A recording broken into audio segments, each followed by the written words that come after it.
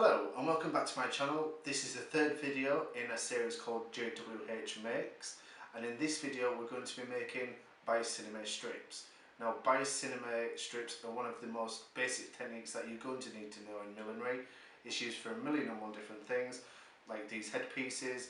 You can also use sinamay strips for pretty much anything, edging the edge of a hat or to add some definition to something. So keep on watching and look how we make these beautiful pieces. Take your sinamay strip and fold into half lengthways. Just to make you aware, you will need to cut the strip 4 times wider than you want your final strip to be. Make sure you smooth down the edges, open up and fold each edge into the centre crease. Use a steam iron, press down on the crease, but don't pull the iron across as this will affect the bias. So now fold the sinamay onto itself again, pressing down and showing you've got a really nice crease. And using the iron, what you need to do is you need to just press along that crease again, just to hold that into place.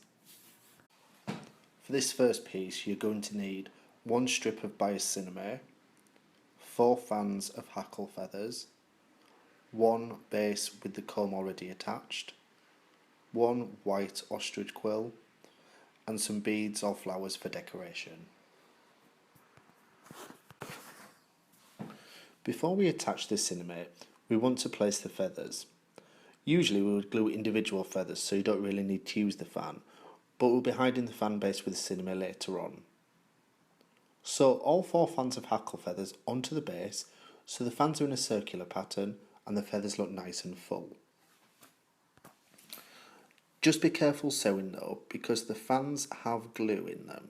That's what holds the feathers down, so as you're sewing it might just be a little bit tough. To sew down the ostrich quill, you will first need to put some sewing holes in. Using a long sharp pin, poke 2 holes into the centre of the quill. This will ensure you get a neat finish later, as you won't be using any glue to attach it to the base.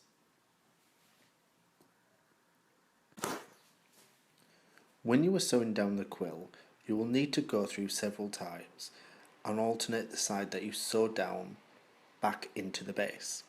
This will secure the quill down and will stop it moving later on. It can be quite tough, so I'd use a thimble if you feel like you need one. I personally don't use one, that's probably why I stab myself all the time. Now the fun bit begins. Play around with the sinamay, it's the best way really. Loop it one way, then another, or make different sizes of loops, whatever really takes your fancy. Do some spirals if you wish, but whatever you do, just use pins to secure until you're ready to commit. Just make sure you hide the fan section, because this is unsightly to see. Once you're ready, sew down the sinamay onto the base. Just make sure you hide your stitches. Anything that's visible you can hide later on with some beads or flowers, but it's best to hide them as you go along. Just make sure it looks good from each angle.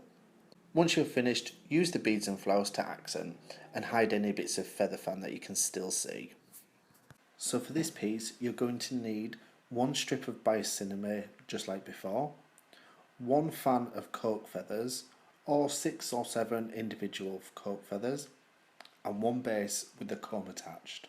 So this second piece is very easy to do and it doesn't really take a lot of time neither. So to start, attach the sinamay to the base just like last time, but this time what I would do is I would centralise the loops because you want the feathers to stick out and make the start of the hat. Sew the sinamay down using stabbing stitches like we used last time. Once again, just be careful, you may need to use a thimble. To trim the feathers, pull them off the fan base, or if you need to, like I'm having to do here, use a pair of scissors. Just trim it down at the bottom of the base, and there you go, 1 individual feather. Now what we're going to do is we're going to pull the fronds down from about halfway up the feather. We're just going to get rid of them. We don't need to use them. We're making a nice little diamond shape at the top of the feather, as you've probably seen in a lot of hats. Do this on both sides, making sure you line up the bottom of the diamond, because nothing worse than a wonky diamond. To do the top of the feather, you need to take an extremely sharp pair of scissors. Use your best scissors for this one. And as you can see, I need to get that line correctly on both sides. And what that will do is that will give you a beautiful diamond shaped feather that you're going to put into the hat. Now some people like to use hot glue to do this. I prefer to use Yoo-hoo. You only need a tiny amount and it doesn't leave a horrible nasty mess should you need to change it. It is quick drying, but you will need to hold the feather down as you're putting that into the piece. For this headpiece you'll need one strip of bias sinamay, one satin covered headband, I've used a very thin metallic one, and some millinery flowers. So to make this final piece, take your bias strip and cut off around 10 centimeters from one end. This will become our base. Using the headband, position the base on a mannequin if you have one. If not, don't worry. All you need to do is just figure out where the base is going to sit. Once you've figured that out, lay it down on a table with the crease open and add a small amount of glue. Close the base and press it into shape until the glue is slightly tacky. Once it's tacky, put it to one side and let it dry. Once it's dry, you can sew down your sinamay. As you can see, I like to secure the first bit of sinamay before I start looping it, as it gives the headpiece a bit of structure to do the rest. Just keep looping the sinamay like before and sew each piece down. Using some millinery flowers, cut the wire as close as you can and add some glue to the back, and then attach this to the base of the headpiece in clusters.